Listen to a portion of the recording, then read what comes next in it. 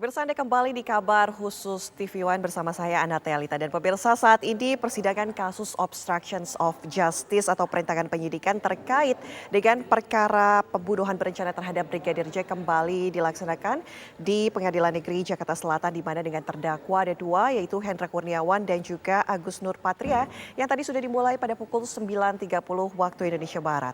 Untuk sidang hari ini beragendakan pemeriksaan saksi.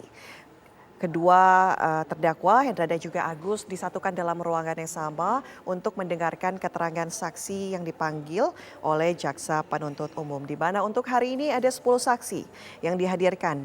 8 diantaranya yaitu adalah saksi yang sama yang juga dipanggil untuk keterangan terhadap terdakwa AKP Irfan kemarin, pemirsa. Untuk Brigjen Hendra sendiri ini didakwa merusak CCTV, kemudian memerintahkan bawahannya untuk melakukan penyisiran terhadap CCTV vital di sekitar TKP pembunuhan Brigadir Nofriansyah Yosua Huta Barat. Hendra juga sempat meminta agar bawahannya mempercayai skenario Sambo meskipun CCTV ini berkata lain, itu sesuai dakwaan oleh JPU. Kemudian untuk Agus Nurpatria sendiri didakwa menghalangi penyidikan lantaran membantu mengamankan CCTV di lingkungan rumah Verdi Sambo. Nah, pemirsa, sidang ini dilanjutkan pada hari ini tanggal 27 Oktober lantaran Hendra dan juga Agus sebelumnya tidak mengajukan eksepsi, maka sidang berlanjut pada hari ini ke pemeriksaan saksi-saksi oleh majelis hakim.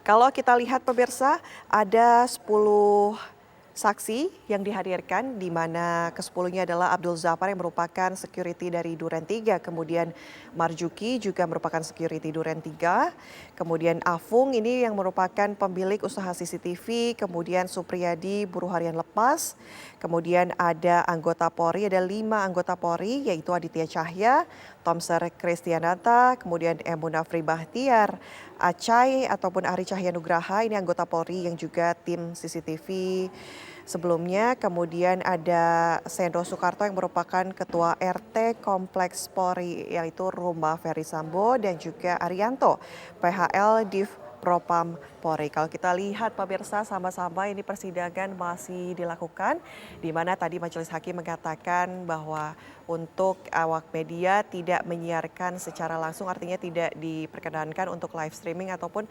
membuka audio suara terhadap keterangan saksi yang dihadirkan di ruang persidangan Pengadilan Negeri Jakarta Selatan pada hari ini.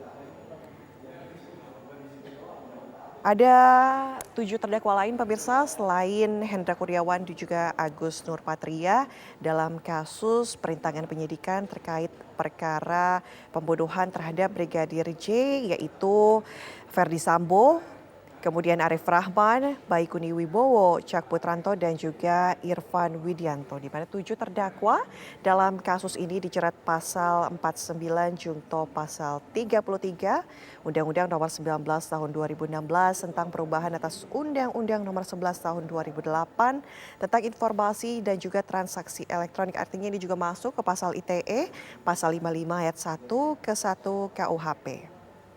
Mereka semua ada 9 terdakwa begitu yang disebut jaksa menuruti perintah terdakwa Verdi Sambo yang kala itu memang menjabat sebagai Kepala Divisi Profesi dan juga Pengamanan ataupun Kadif Propam Polri untuk menghapus CCTV di tempat kejadian perkara lokasi Brigadir Nofriansyah Yosua Huta Barat tewas akibat perampasan nyawa oleh kelima tersangka yaitu Verdi Sambo, kemudian Putri Chandrawati, Kuat Ma'ruf, Richard Eliezer, dan juga Ricky Rizal.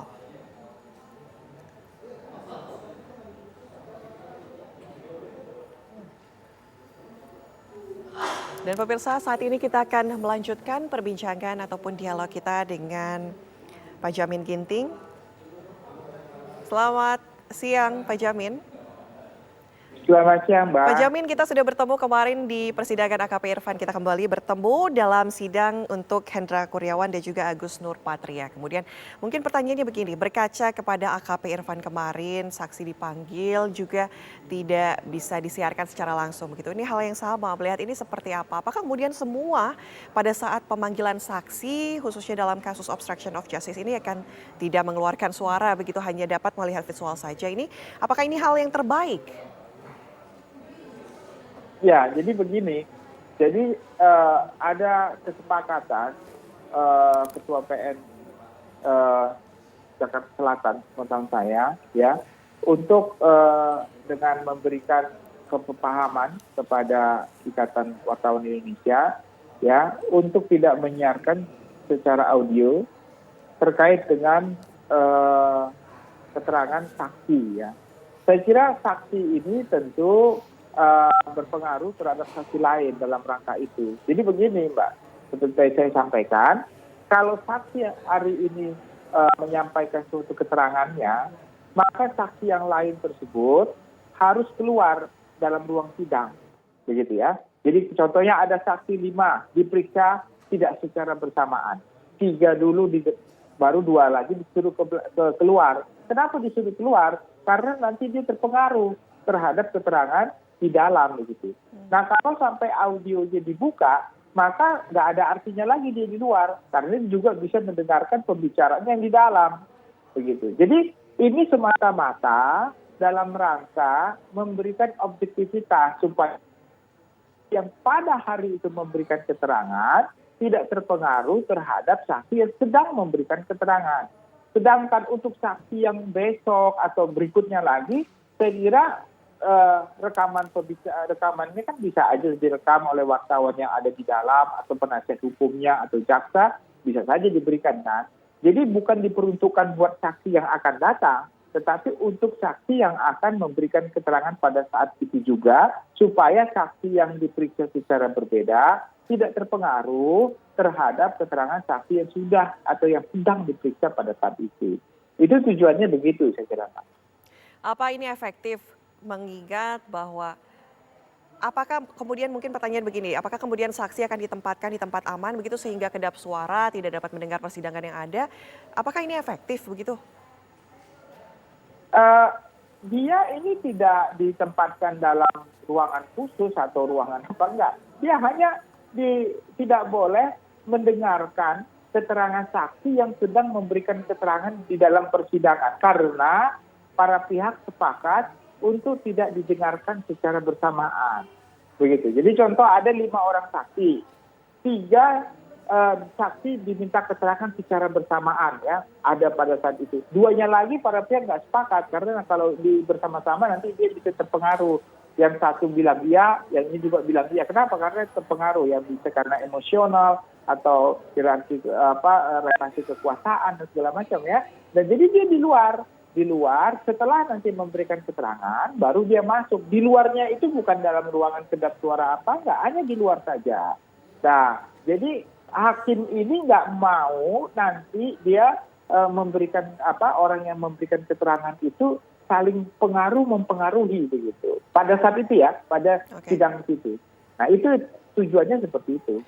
Oke, baik.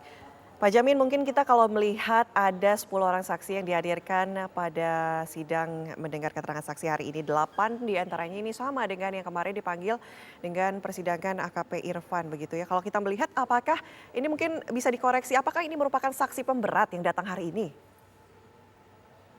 Ya, saya kira semua saksi yang dihadirkan oleh JPU itu tujuannya untuk memberatkan hukuman, ya. Karena kan JPU itu tugasnya bagaimana agar surat dakwaan itu benar-benar terbukti. Apa yang dimasukkan dalam kronologi surat dakwaan ada kaitan dengan pasalnya, unsur-unsur pasal itu cocok dan bisa dibuktikan dengan surat dakwaannya.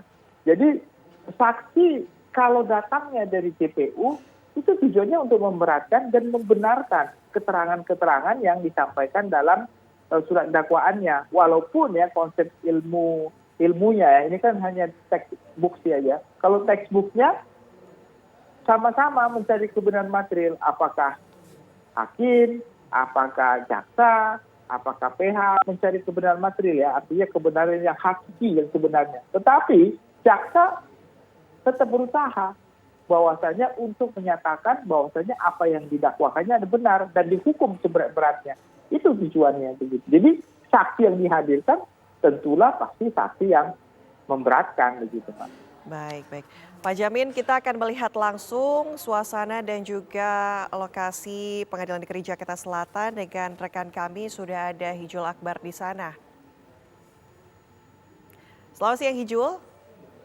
Hijul, bagaimana informasi dari Anda saat ini, siapa saksi yang sedang diperiksa dalam kasus perintangan penyidikan terhadap Hendra Kurniawan dan juga Agus Nurpatria saat ini? Ya, selamat siang Ana dan juga pemirsa. Saat ini persidangan lanjutan perkara obstruction of justice dengan terdakwa Hendra Kurniawan dan Agus Nurpatria masih berlangsung di ruang sidang utama Pengadilan Negeri Jakarta Selatan. Untuk sidang ini tadi sudah dimulai sejak jam 10 pagi dengan agenda pemeriksaan saksi dan sampai saat ini masih berlangsung untuk saksi pertama, yakni Aditya Cahya yang merupakan anggota Polri, yakni penyidik dari anggota Direktorat Tindak Pidana Cyber. Tadi kami sempat mendengar bahwa yang sedang dipertanyakan dari pihak jaksa kepada Aditya Cahya selaku saksi pertama ini mengenai DVR yang diperoleh oleh tim penyidik dari Barreskrim Polri dari Puslapfor. Jadi ia mengatakan ada 3 DVR yang diterima dari Puslapfor yang merupakan DVR yang diserahkan dari tim penyidik dari Polres Jakarta Selatan, dan ketiga-tiganya ini dari isi DVR yang diserahkan ini semuanya kosong ataupun tidak ada isi sama sekali. Dan ia juga sempat ditanya mengenai peran daripada Hendra Kurniawan dan juga Agus Nurpatria. Ini pertanyaan yang diberikan oleh tim kuasa hukum dari Hendra Kurniawan dan juga Agus Nurpatria mengenai peran dari kedua terdakwa ini. Ia pun menjawab bahwa ia tidak tahu mengenai peran kedua terdakwa, yaitu Hendra dan juga Agus, mengenai 3 DVR yang diterima oleh Barreskrim yang seluruhnya ini kosong. Dan ia juga sempat mengatakan bahwa sempat memperoleh 1 harddisk eksternal yang berisikan rekaman video pada saat tanggal 8 Juli 2022 di rumah dinas Duren 3, rumah dinas Verdi Sambo di Duren 3, dan ia mengatakan bahwa harddisk yang ia terima tersebut berasal dari Baikuni Wibowo. Seperti itu, Ana Tialita. Saat ini masih terus berlangsung pertanyaan yang diajukan oleh jaksa penuntut umum maupun tim kuasa hukum dari terdakwa. Ana. Hijul Akbar, mungkin kami konfirmasi peran dari Agus Cahya ini sebagai apa? Apakah dia yang kemudian menerima file CCTV pada saat kejadian pada waktu itu? Atau dari saksi melihat sendiri? Ya, maaf Ana, bisa diulangi pertanyaannya? Ya, untuk Aditya Cahya ini, saksi Aditya Cahya, apakah dia yang sebelumnya menerima file CCTV? Kalau memang saksi melihat sendiri, saya mengatakan apakah... Ya, untuk Aditya Cahya ini ya seorang penyidik dari Barreskrim Polri, ya, merupakan tim sus yang ditunjuk pada bulan Agustus lalu dan menerima rekaman CCTV atau DVR itu dari Puslapfor yang menerima DVR dari penyidik dari Polres Jakarta Selatan. Jadi ia menerima DVR ini pun isinya sudah kosong menurut kesaksian dari Aditya Cahya. Ana. Untuk urutan danti saksi yang kemudian akan diperiksa dalam persidangan untuk Hendra Kurniawan dan juga Agus Nurpatria ini, apakah sudah ada informasinya seusai nanti Aditya Cahya selesai ataupun memberikan keterangan?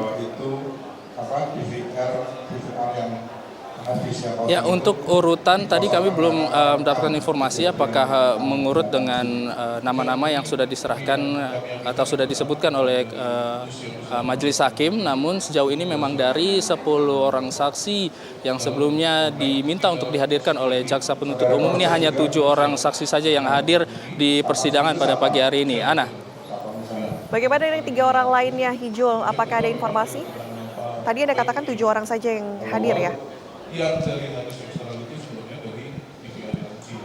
Ya, sejauh ini memang kami juga belum mendapatkan informasi mengenai 3 orang yang tidak dapat hadir pada persidangan pagi hari ini, Ana. Oke, baik, terima kasih. Hijul Akbar mengabarkan langsung dari Pengadilan Negeri Jakarta Selatan. Ya pemirsa, saat ini memang persidangan dalam kasus obstruction of justice atau perintangan penyidikan terkait perkara pembunuhan terhadap Brigadir Nofriansyah Yosua Huta Barat ini masih berlangsung. Usai jeda, kabar khusus masih akan kembali, tetaplah bersama kami.